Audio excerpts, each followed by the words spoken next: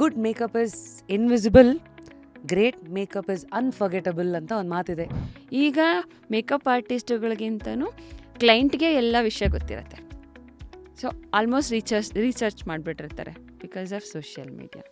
So and chat GPT, all AI. How should I pick ನನಗೆ ಯಾವ look ಬೇಕಂತ?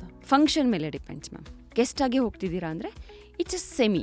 So airbrush makeup ಎಲ್ಲ ಎಷ್ಟು ಕಾಸ್ಟ್ ಆಗೋದು ಮೊದಲು? 20-25 ಚಾರ್ಜ್ ಮಾಡ್ತಿದ್ರು just that one one look. How expensive is it to build a professional kit? Up to 2 lakhs. Expensive foundations are always better than affordable ones. Yeah, of course. One foundation suits all skin types. No. Should brides buy the same foundation used by celebrities? No.